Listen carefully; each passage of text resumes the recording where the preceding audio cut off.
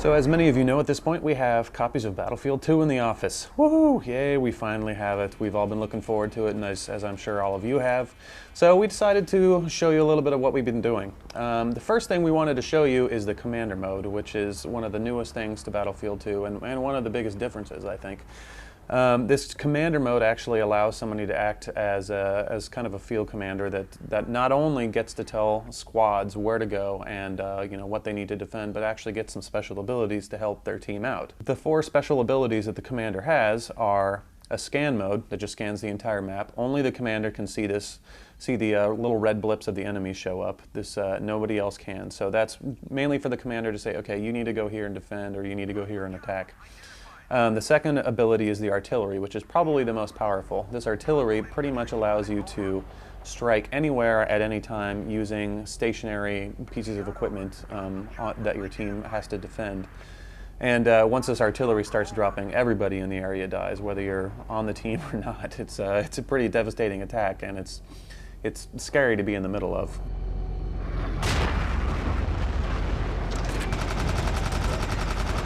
The third thing is the UAV unmanned drone, the Predator drone. Pretty much you send it out there, and it's a stationary drone that sits over one part of the map and scans the immediate area. So everybody on the map, or everybody on your team, will be able to see what that UAV drone actually shows. The fourth and last thing that the commander can do is drop supplies for players, because this time there are no medic boxes and there are no ammo boxes around. So you can't just run up next to them and get resupplied. So if everybody's out of ammo, nobody has any more resupplies of their own, people can ask the commander to drop some supplies, and he'll drop them on people, and then everybody can run up and get resupplied by just standing next to this crate. The other thing the commander can do is actually zoom in and out on the field, so you can get a nice up-close and personal view of the action. It actually zooms so far in that you can see everything happening in real time, all of the soldiers running around, all of the vehicles moving around. So you can get a really good idea of what's happening and have more precise control over where you drop artillery or where you drop supplies. Lastly, helping the commander out in an organizational fashion are the little buttons at the bottom of the screen, which basically allow him to sort through different kinds of kits, and so you know where each of the guys are and what they're carrying, and so you can pretty much tell them to go to the right place at the right time. And these kits are all very important this time around, because team play is a big thing in Battlefield 2. You know, in Battlefield 1942 in Vietnam, people kind of ran around and did their own thing. So the guys really wanted to make sure that the focus was more on team play, and people were encouraged to act as a team. The first on the list is Special Ops. This is one of the new classes to the game, and he's pretty special because he's not only got a rifle that's some pretty decent power and accuracy, but he has C4 as well. And this C4 can be spread around and then activated using a little hand clicker. So you just throw it on the ground, throw it on a tank, throw it on a bridge, click it, and everything blows up. Next on the list is Sniper. This is pretty self-explanatory. It's not changed a whole lot since the original Battlefield. Pretty much you just get a sniper rifle, go around, shoot people. That's your kit, and that's what you do. And considering the draw distance is much longer in this, it's a pretty deadly field. Third on the list is the Assault. This guy doesn't have a whole lot special going for him. He's kind of the basic soldier, but he does have the added weapon of having a rifle-mounted grenade launcher, so he can switch to that at any time and take out groups of soldiers, or over long distances, obviously. He also has the ability to throw smoke grenades that can cut some cover, and that's kind of the big thing going for him. Fourth on the list is Support. These guys are pretty important to the team. Not only do they have that M60 machine gun, which is pretty powerful, not as powerful as Vietnam. It's a lot less accurate than it was originally. But they also have the ability to resupply people with ammunition. So they hold out their ammunition pack, or they can even drop an ammunition pack on the ground for people to run over, kind of like Return to Castle Wolfenstein multiplayer. So people get resupplied and can be able to fight for a little bit longer. The Engineer is the next on the list, and he's important because he can repair everything on the map. He can repair vehicles, he can repair bridges, he can repair the artillery and the radar, which is also very important. And he also comes with a weapon that nobody else has. He has the shotgun, which is pretty cool, because you get up close, nobody stands a chance, pretty much. The next on the list is a medic, who is also incredibly important to us in team play. because just being around people and holding that little pack, he's gonna heal people up. And that's obviously very important to a squad that wants to stay functional. So if you add a medic and a support guy in the same group, you're going to be pretty operational all the time. Last on the list is anti-tank. The anti-tank is obviously pretty self-explanatory again. The main weapon is a machine gun, pretty decent machine gun with fairly good accuracy.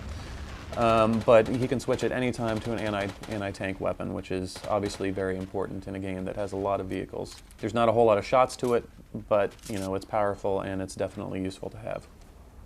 Not only that, but it can actually lock on to tanks. And when you're in a tank and you start hearing that beeping, you know that you need to start thinking about backing up or getting out of your tank altogether. So speaking of tanks, there's a lot of vehicles in this game. Obviously, it's a big part of Battlefield, and we're expecting a lot of vehicles, and there's a lot on each of the sides. Along with the land vehicles like tanks and jeeps and armored transport and stuff like that, there's also the flying vehicles as well.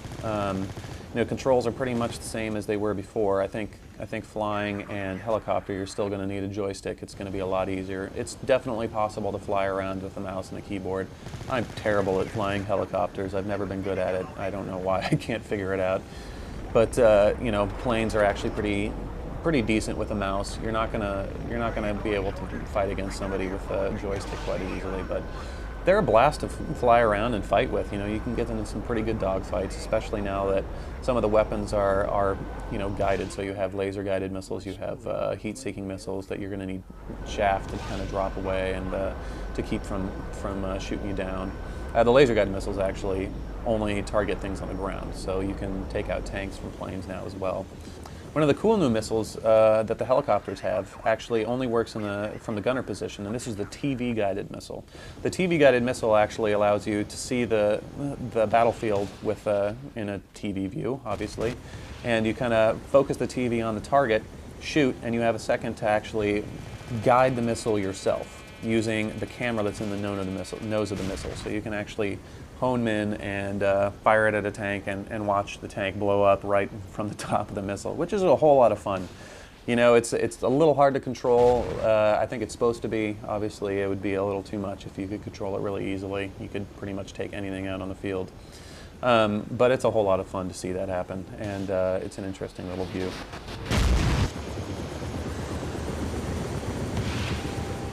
One of the really cool things about vehicles now is that drivers are encouraged. Say if you're a very good pilot, a helicopter pilot that actually just takes people around, drives people around, you actually get points for that, and you get points for every kill that happens from the gunner position. So while you're flying and you position your helicopter in a way that the gunner can mow somebody down with his minigun, then you actually get some points for that, and that's a really good addition, I think, because there are some people who really like to drive and they kind of felt left out from the points, and so that's really cool.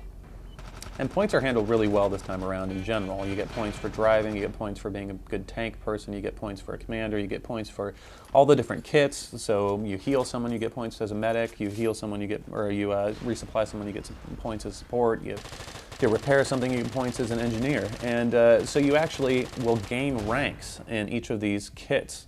And what that does is it actually unlocks new kinds of weapons. And you can actually see all of these stats, because all of these stats are uploaded to a server that has your nickname on it, which goes through GameSpy actually. And so you'll see your nickname there, and you'll see all of the stats. You'll see the maps you played, you'll see who you've killed the most, you'll see all the weapons you used the most, you'll see all your rankings, all your ratings, all of the awards you've been given, all of that stuff.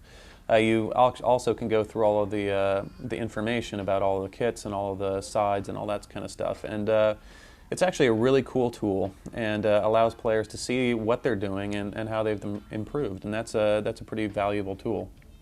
The one thing we haven't really gotten into yet is squads, mainly because most of us don't have mics in the office at this point.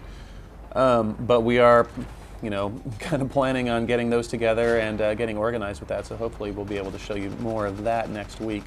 So yeah, we're having a blast with Battlefield 2. We've only had it for a day and a half, but you know, everybody's playing the hell out of it and having a great time doing so. You know, we'll be coming back next week with some more videos and more screens and more impressions about what we've been experiencing. So keep tuned to IGN over the next couple of weeks until the game releases on June 21st.